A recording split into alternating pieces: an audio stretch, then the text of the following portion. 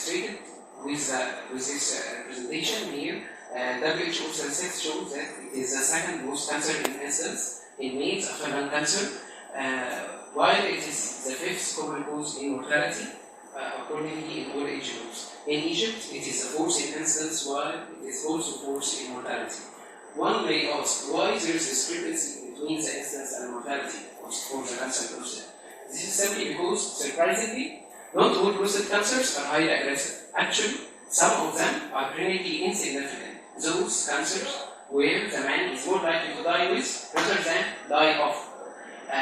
The insignificant prostate cancers are indolent. They have no metastatic potential. They only need active surveillance. The rest of the prostate cancer are what we care about. They are the clinically significant prostate cancer. They are aggressive, they usually metastasize, and thus they need further management, including surgical radiation, chemotherapy, and hormonal therapy, and so on. How we define the clinical significance and aggressiveness of the cancer? This is determined by the histopathological grading. Dr. Donald Gleason in 1974 invented what is called the Gleason pattern. Scored from 1 to 5 for the aggressiveness of the cancer, as we can see. Then he invented what's called Gleason score. Gleason score is based on 2 digits. The 2 digits represent the most prevalent specimen of cancer in his specimen. The first digit is usually the most prevalent, the second is the other. So, for example, 3 plus 4 equals 7, and also 4 plus 3 equals 7. Then there is a discrepancy between these two. How we can differentiate them? In 2016, WHO invented what's called the group rating for prostate cancer. As we can see here, from the yellow and the red groups, starting from group 3 and to 5, those are the more clinically significant cancers. Those are moderately aggressive to highly aggressive. They are fast growing and need intermediate. They have intermediate to high risk to high risk. Thus, we conclude that insignificant cancers are those having grade 1 and 2, while clinically significant cancers, cancers هم grading 3 and more. In the pathology of the prostate cancer, quickly, the location of the cancer usually in the peripheral zone, posterior part 70%, while 30% in the central transition and anterior part of the gland. It may be multifocal, usually the larger the cancer, the more aggressive. It is mainly adenocarcinoma. How we diagnose prostate cancer is our topic. Diagnosis depends on a triad of examination and investigations.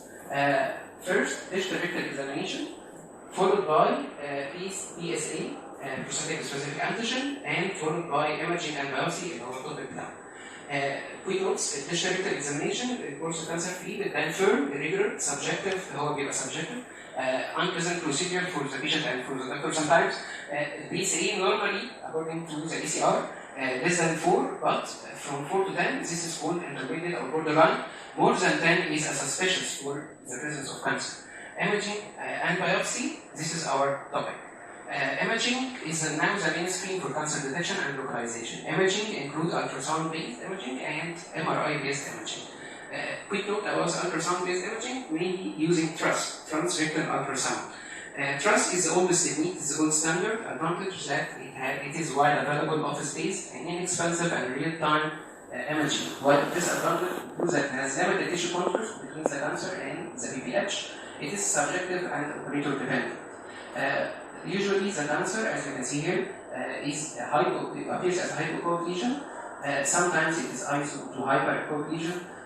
Thus the accuracy of the TRUS, as this is our topic, is not very high, it's 67%. For example, in هنا في left hypoechoic lesion, actually it was historically proven to be prostatitis rather than cancer.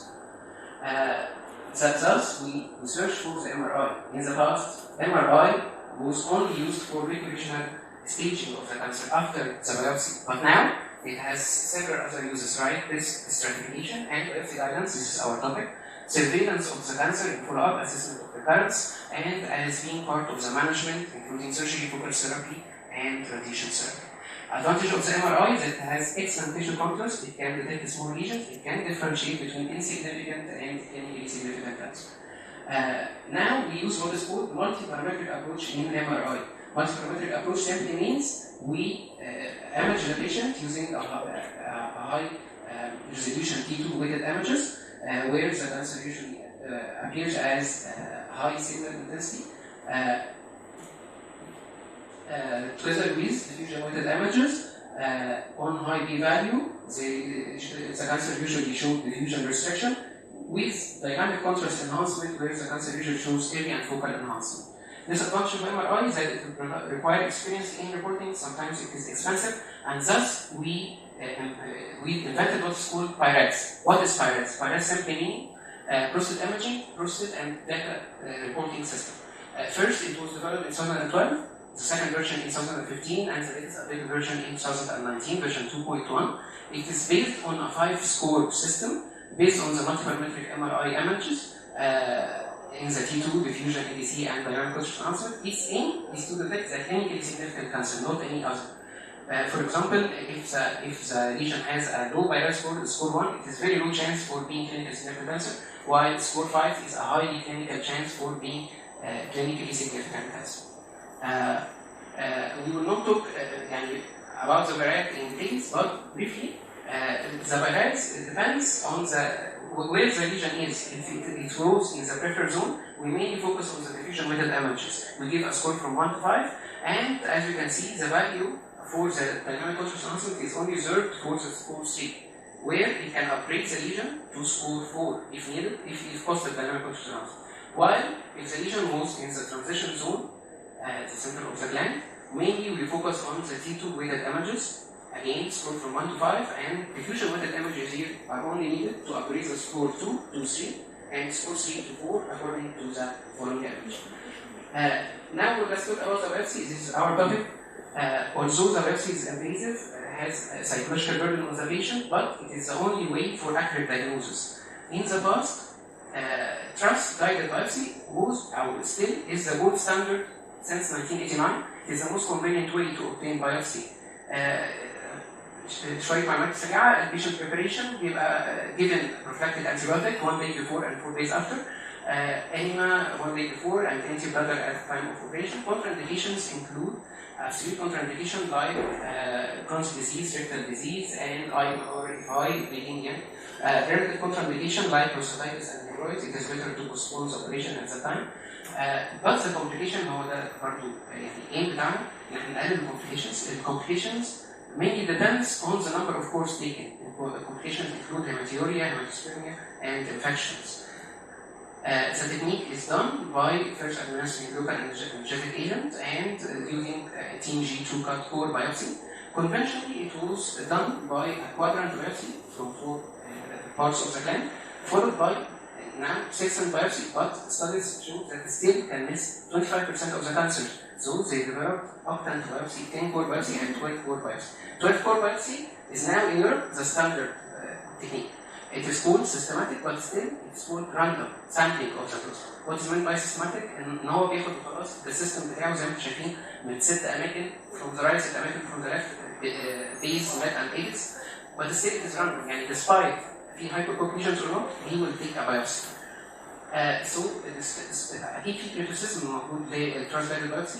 زي ما قلنا increased number of courses معناه increased complications. Also, it is common for missing the clinical significant cancer. How this is done? Either by random error or systematic error. As you can see here, the needle didn't touch the cancer which is found in the anterior part of the gland. Also, random error means ان هو if the cancer was in the center of the gland انا باخد systematic من الجنب فتقريبا السنتر هيبقى missed. Second criticism is the undersampling of the clinical significant cancer.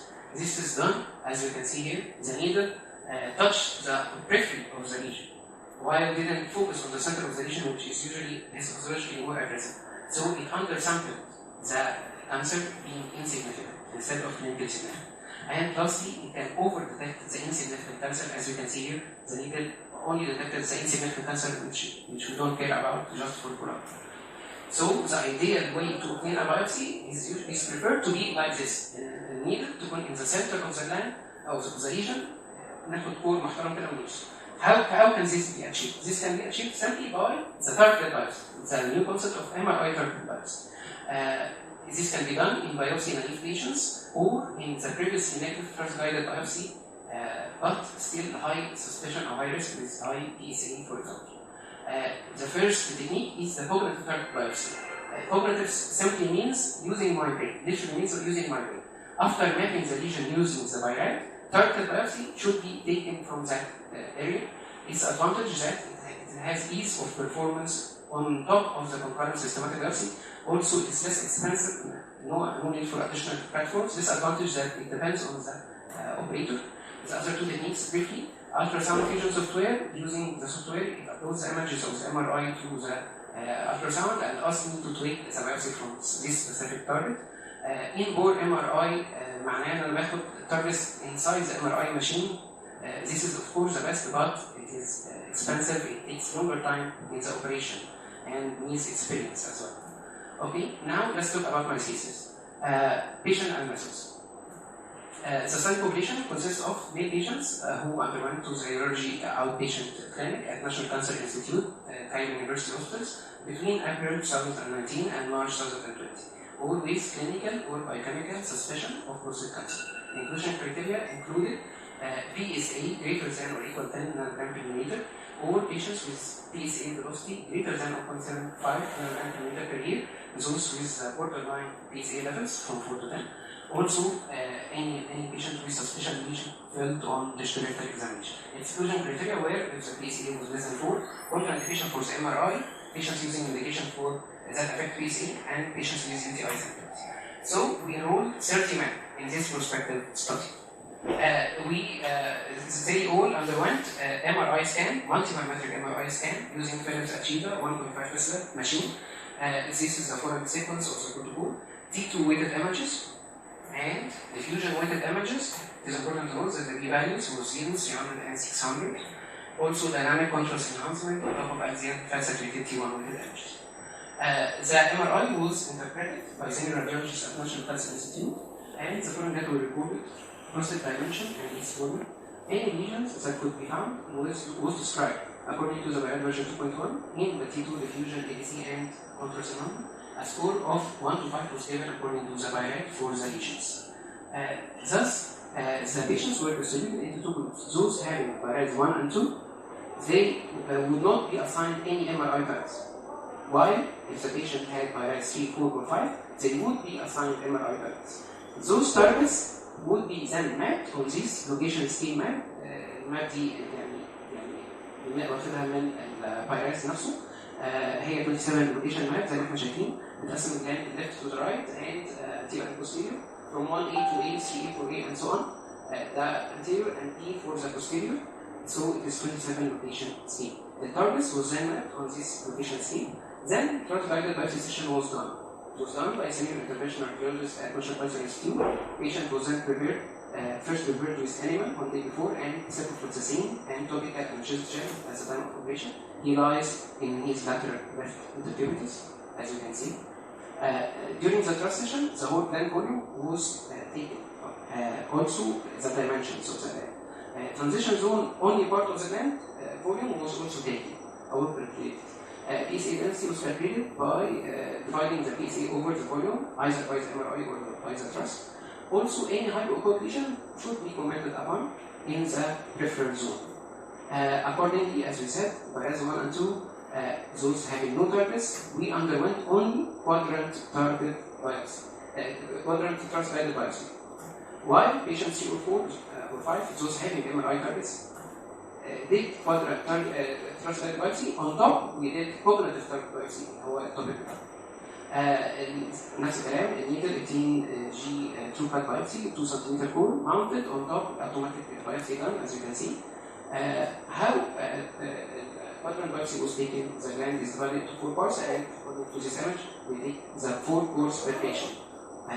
How we take quadrant target biopsy, 2 additional cores from the target appointed from the BIOD. It is also important to note that if hypoechoic lesion was seen in the trust before and not correlating with MRI targets, additional core would be taken from that target. Then the cores would be sent for histopathology. This score would be assigned. If less than 6, it is considered insignificant cancer, while if greater than 7, it is considered clinically significant cancer. Statistical analysis was done by SPSS computer software version 25. Comparison between the p-values by the third sample t-test. P-value less than 0.05, طبعا statistically significant. Our results showed the following. Study population, 30 men, as you said, from 54 years to 79 years, median age of 67. PSA levels rose from 10 to 90 in 31.6. According to this chart, we can see the correlation between the PSA for all patients and their age. Of course, there is no correlation with the age.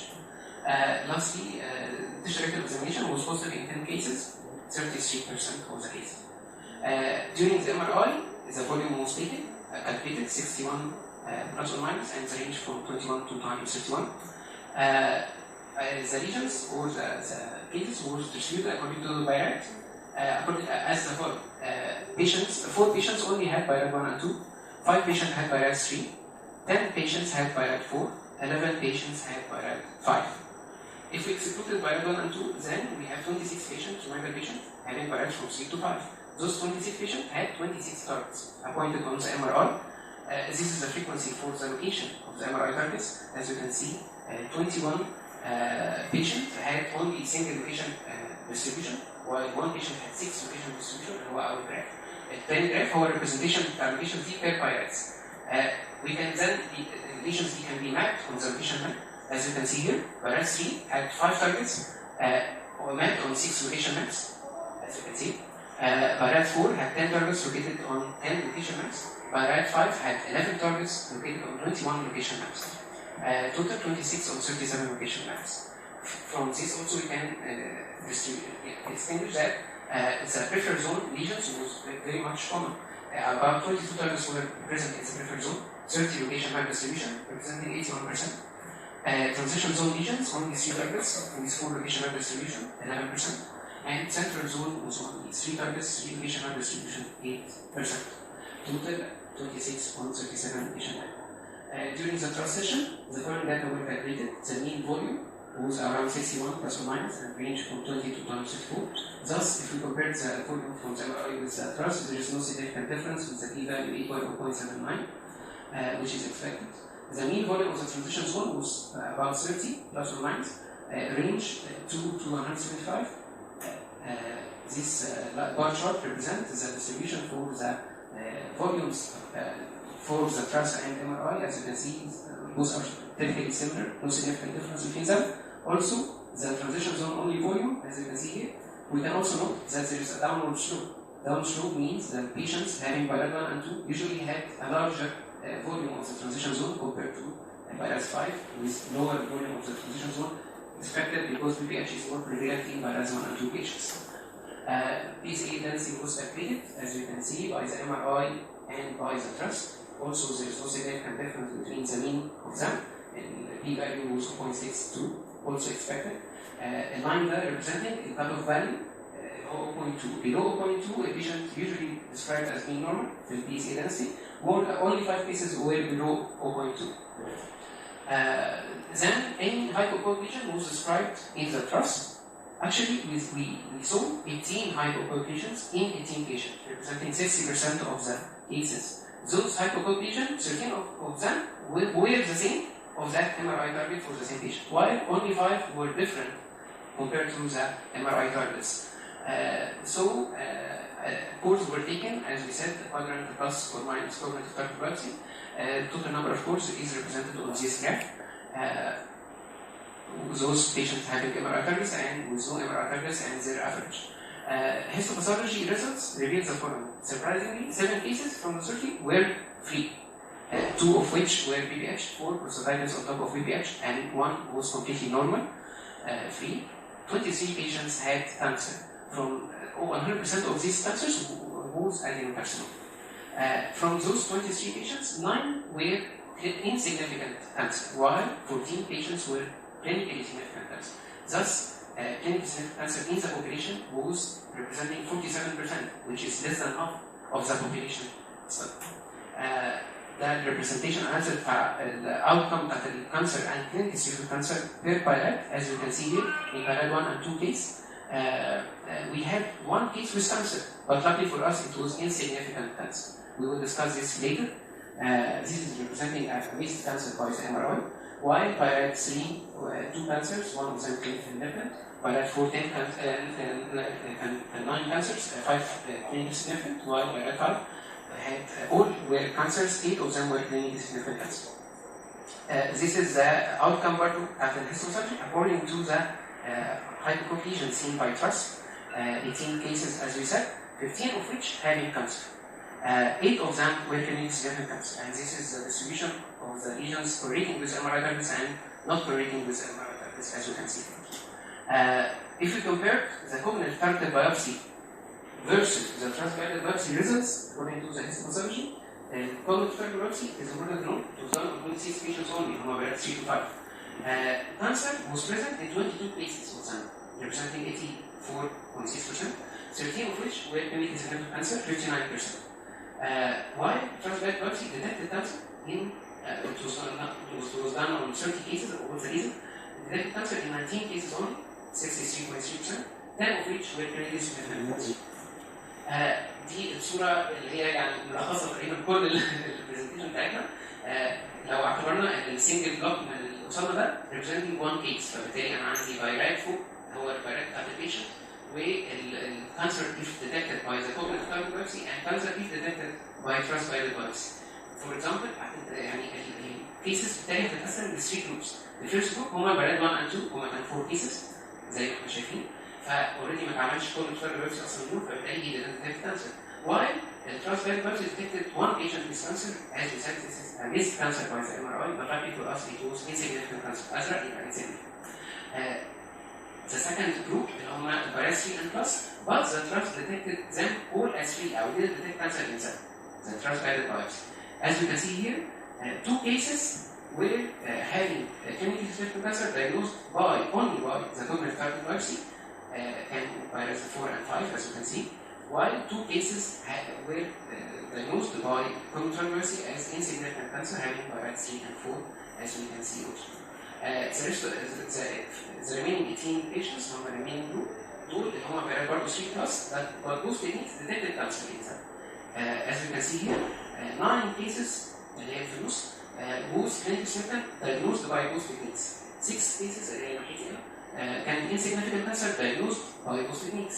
2 cases اللي جنبيها هي clinical symptom cancer diagnosed only by the cognitive targeted biopsy, while it was insignificant by the TRUS. This is important. While أول حاجة خالص هي one case diagnosed as insignificant cancer by the cognitive targeted biopsy, while it was actually having clinically significant cancer by TRUS. Thus, from this chart we can deduce the numbers. Comparison في التيبل ده ان هو TRUS detected cancer how much and cognitive detected cancer how much. In comparison, both detected 18 patients with cancer. 4 cases, as we said, was only detected having cancer using the cognitive targeted biopsy, while 1 case, who had missed cancer, was only detected using the TRUS. For those 18 patients, in common between them, clinically significant cancer was diagnosed in 2 more cases using the cognitive targeted biopsy method, while clinically significant cancer was diagnosed 1 more case using the TRUS cognitive biopsy method. Thus, we can also طبعا compare the 2 positive, false positive, 2 negative, and false negative according to this table, and the sensitivity, specificity, and positive predicted value and negative predicted value for all the modalities used. From this, we can notice that there is high sensitivity for the MRI compared to the TRUS itself. Also, there is high positive predicted value for the MRI and cognitive targeted biopsy compared to the TRUS and TRUS-guided biopsy. We will discuss this now.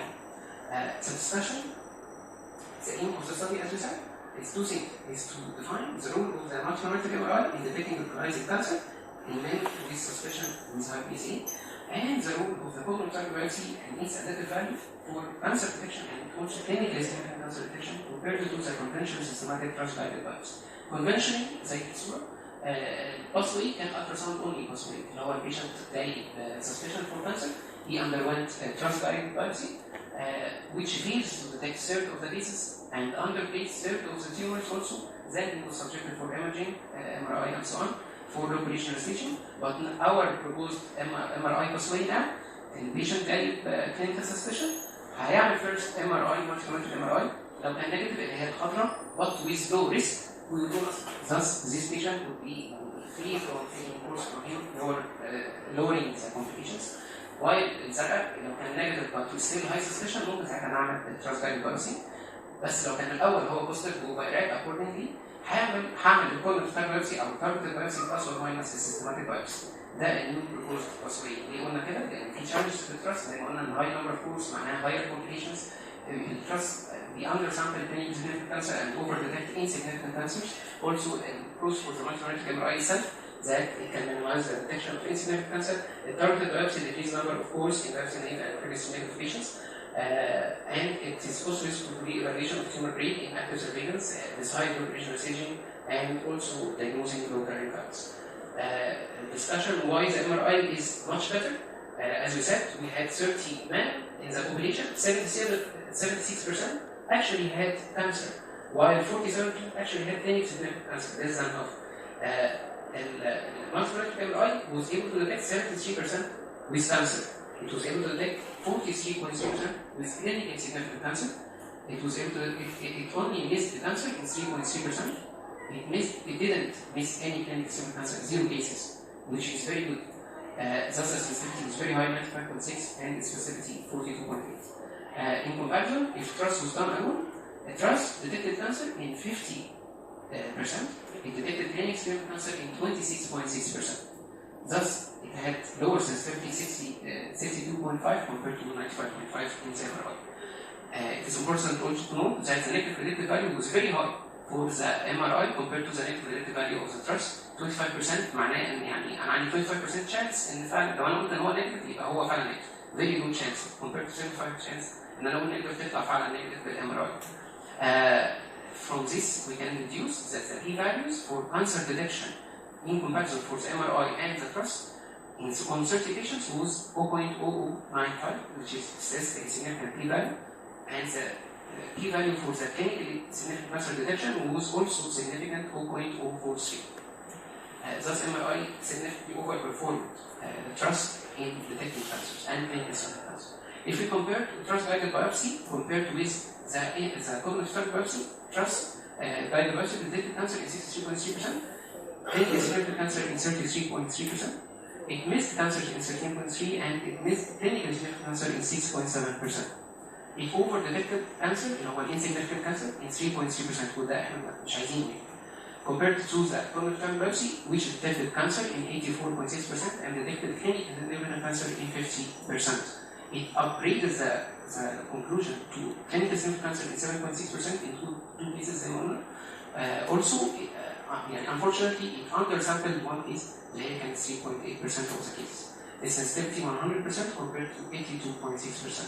Thus, لو عايزين برضه نقول in a hypothetical scenario, لو ال MRI pathway was only done followed by colonoscopy biopsy, no TRUST-guided biopsy, we would have total core reduction about 67.7%.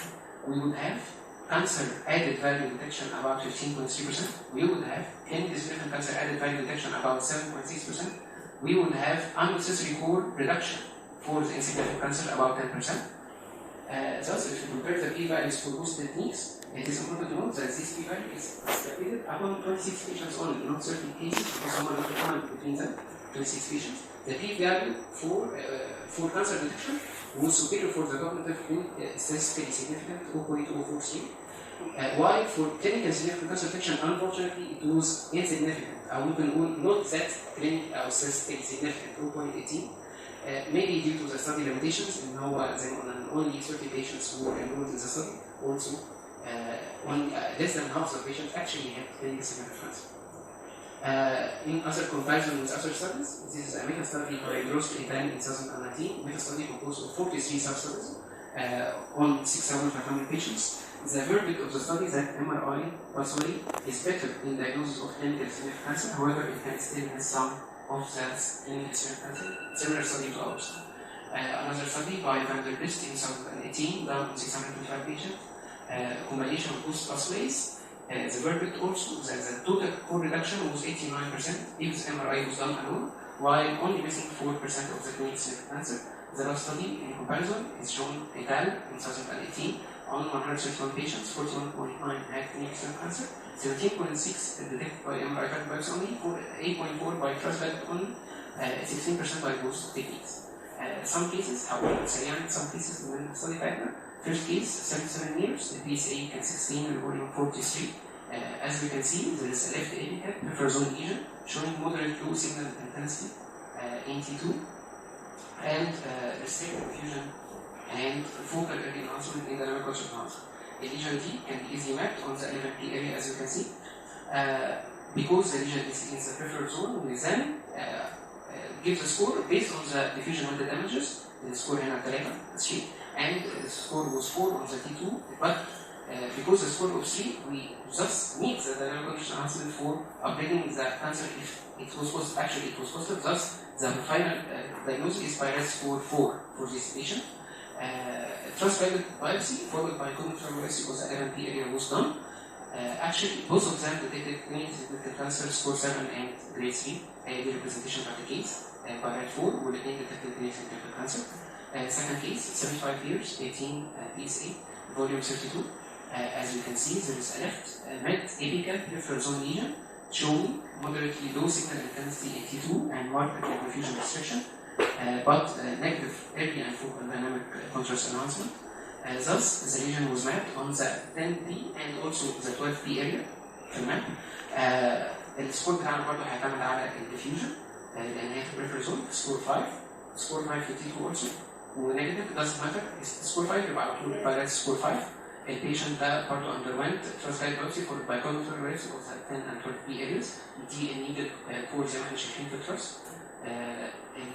الليفت كورس اللي هي الكوجنيتيف تارجت بايوبسي detected clinical significant cancer اللي هي سكور 7 grade 3 while الرايت كورس اللي هي التراست بايوبسي detected insignificant cancer اللي هي سكور 6 grade 1 ودي حاجه ايه PI-RAD 5 اسود واحمر فوق وازرق اللي هو clinical significant. The third case, 71 years, 50 PSA, very high PSA, volume 56. As you can see, left medial and apical transition zone lesion showing T2 non-circumscribed homogeneous moderate high intensity plus or minus encroaching on the capsule, يعني encroaching outer, with high field diffusion وفيها focal area enhancement في dynamic culture enhancement. وبالتالي لان دي في الترانزيشن زون بقى في الموقف ده يبقى نبدا نلاقي T2 ويت دامجز سكور 5 الديفيوجن برضه 5 الكونتراست بوزيتيف فستيل تبقى توتال 8 PI-RAD 5. عملنا برضه تراست تايب بايوبسي فور بايكوجنيتيف اوف 9A and 11A areas. Actually both saw or detected clinical significant cancer score 7 grades 3 and برضه representation بتاع الكيس زي ما احنا شايفين. Fourth case 62 years 15 PSA and 48 volume. As you can see, there is a right basal central zone. The central zone بتكون في base of the gland اللي هي في superior of the gland. Central zone lesion showing restricted diffusion and ممكن نقول weight shaped mild to hypo T2 signal intensity. Showing no early and focal restriction, enhancement في dynamic culture enhancement. The lesion دي can be mapped on 1P area. لأنها في السنترال زون هنعتبرها كأنها شبه البريفرال زون برضه. الديفيوجن هو الاساس سكور 3 وسكور 3 نيجاتيف لانها 3 بس نيجاتيف في الكونتراست يبقى ستيل هي PI-RAD سكور 3. عملنا لها ترانسفورد باي كوجنيتيف. الكوجنيتيف only detected the insignificant cancer while trust totally missed the cancer detection. الكوجنيتيف detected score 6 and grade 1 هي دي الكيس بتاعتنا. 66 years PSA 11 volume 23 اقولها سريعا. هنا في right apical peripheral zone with shaped lesion located on the 5P area showing mild hypo T2 signal intensity moderate high diffusion restriction no focal enhancement في contrast لأنها peripheral يبقى نشوف الأول peripheral zone diffusion score 2 PI-RAD score 2 لأنها score 2 يبقى التوتال هو PI-RAD score 2. طيب سكور 2 ده no target was appointed for them thus he only did the Prostate Biopsy. Prostate Biopsy detected insignificant cancer score 6 and grade 1. الانسيجنيفيكانت كانسر ده هو الحاله اللي احنا بنتكلم عليها اللي هي ميست كانسر باي زي MRI زي ما احنا شايفين. بس لكن كان insignificant. Last case 67 years PSA 16.5 and volume 80. As you can see left apical peripheral zone lesion showing moderate hypo T2 signal intensity. And the focal intermediate diffusion restriction with focal early enhancement and dynamic culture enhancement. Part of peripheral zone mapped on the 12P area in score 3, score 4, يبقى هنبدأ بالcontrast. Contrast and positive يبقى PI-RAD score 4. Transguided for by counter biopsy was done on septoid free area. Actually, both detected insignificant cancer in score 6 grade 1. ده representation بتاع case. In conclusion of the study, the newly proposed multi-molecular MRI pathway in which multi-molecular is performed followed by cognitive targeted biopsy of the MRI-Targets statistically significantly outperformed the conventional transcribed pathway in detecting prostate cancer, thus lowering the unnecessary cost for the patient, while statistically, unfortunately, it didn't have a significant overperformance or compared to the old pathway in detecting clinical cancer. طبعا special thanks to دكتور منال، هي صاحبة فكرة الرسالة ومن غير عمرنا كنا هنوصل للمرحلة اللي احنا فيها. ميرسي جدا دكتور منال. دكتور حسين عطية برضه ساعدني جدا في عمل الأورام وعلمني ازاي اعمل Targeted Biopsy. دكتور عمرو عبد الفتاح ودكتور احمد عبد الباري سوبرفايزر ساعدوني جدا في الكتابة بتاعت الرسالة. Now it's time for Thesis defense. Thank you.